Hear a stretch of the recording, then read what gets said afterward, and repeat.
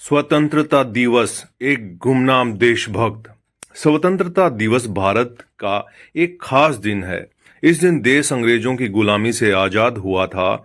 हम कुछ स्वतंत्रता सेनानियों को तो जानते हैं, पर कुछ ऐसे वीर शहीद हैं जो इतिहास के पन्नों में ही सिमट गए। तो हम इस खास मौके पर ऐसे ही एक देशभक्त की कहानी लेकर आए हैं। स्वतंत्रता दिवस भारत के लिए बेहद महत्वपूर्ण दिन है। 15 अगस्त 1947 को करीब 200 सालों के ब्रिटिश शासन को समाप्त करते हुए देश को आजादी मिली।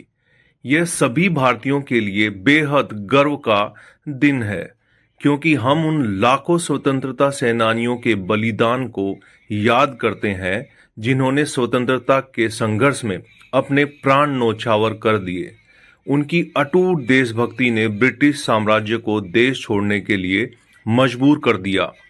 आज भी हम महात्मा गांधी, चंद्रशेखर आजाद, भगत सिंह, सुभाष चंद्र बोस, लाला लाजपत राय और कई अन्य प्रमुख स्वतंत्रता सेनानियों के बारे में जानते हैं। पर ऐसे कई गुमनाम नायक हैं जिन्होंने देश के लिए सर्वोच्च बलिदान दिया। ऐसे ही एक गुमनाम देशभक्त हैं करतार सिंह साराभा, जिन्होंने 19 साल की छोटी उम्र में अपने प्राणों की आहुति दे दी। करतार सिंह साराभा भगत सिंह समेत कई स्वतंत्रता सेनानियों के लिए प्रेरणा बने, और भगत सिंह तो उन्हें अपना गुरु व आदर्श मानते थे। लाहौर षड्यंत्र मामले में साराभा और 27 अन्य क्रांतिकारियों पर आरोप लगाया गया और उन पर मुकदमा चलाकर उन्हें फांसी की सजा दे दी गई। भारतीयों के साथ अपमानजनक व्यवहार।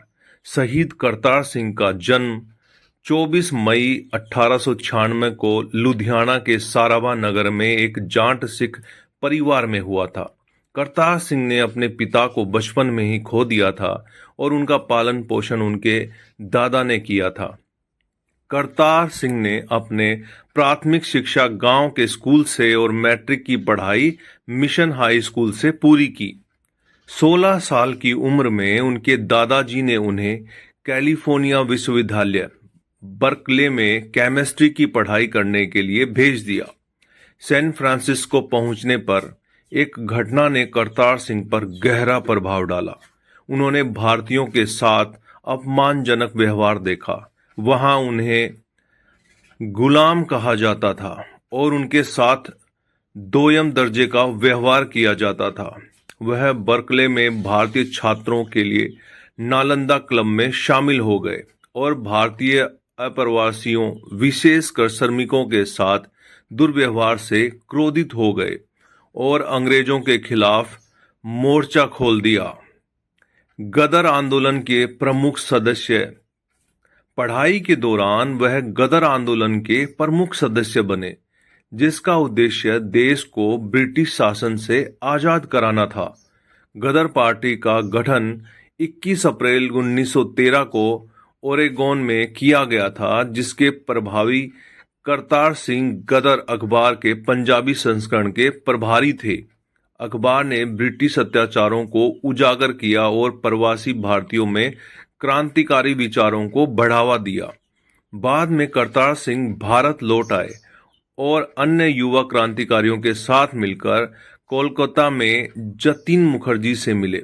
मुखर्जी ने उन्हें रास बिहारी बोस से जोड़ा और उन्होंने पंजाब में क्रांति की योजना बनाई। अंग्रेजों को उनकी योजनाओं के बारे में पता लगने के बाद करतार सिंह के पीछे पड़ गए। इस दौरान अंग्रेजों ने कई गदरवासियों को गिरफ्तार किया। इसके बावजूद उन्होंने अपने प्रयास जारी रखे। गद्दार साथी की वजह से हुए गिरफ्तारी। 21 फरवरी 1915 को करतार सिंह और वरिष्ठ नेताओं ने छावनियों पर हमला करने का प्लान बनाया, लेकिन एक उनके ही गद्दार साथी ने अंग्रेजों को पहले ही इसकी जानकारी दे दी, जिसके बाद कई गिरफ्तारियां हुई। करतार सिंह कैद से बच निकले, पर 2 मार्च 1915 को भारतीय सैनिकों को विद्रोह के लिए उकसाने की कोशिश करते हुए गिरफ्तार कर लिए गए। उन्हें लाहौर षड्यंत्र मामले में अन्य गदरवादियों के साथ मुकदमे का सामना करना पड़ा। सलाह दिए जाने के बावजूद 19 वर्षीय शहीद ने मुकदमे के दौरान अपना बचाव करने का फैसला नहीं किया। जज ने कहा कि सिंह को अपने द्वारा किए गए कार्यों पर बहुत गर्व था और उसने कोई पछतावा नहीं दिखाया। उसे सभी विद्रोहियों में सबसे खतरनाक माना जाए।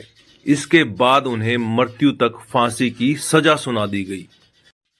16 नवंबर 1915 करतार सिंह साराभाई एक मुस्कान, आंखों में चमक और अपने द्वारा रचित देशभक्ति के गीत गाते हुए फांसी पर चढ़ गए। तो दोस्तों, ये सारी जानकारी गूगल के द्वारा जुटाई गई है। इसमें कोई भी त्रुटि हो तो मैं हाथ जोड़कर माफी चाहता हूं।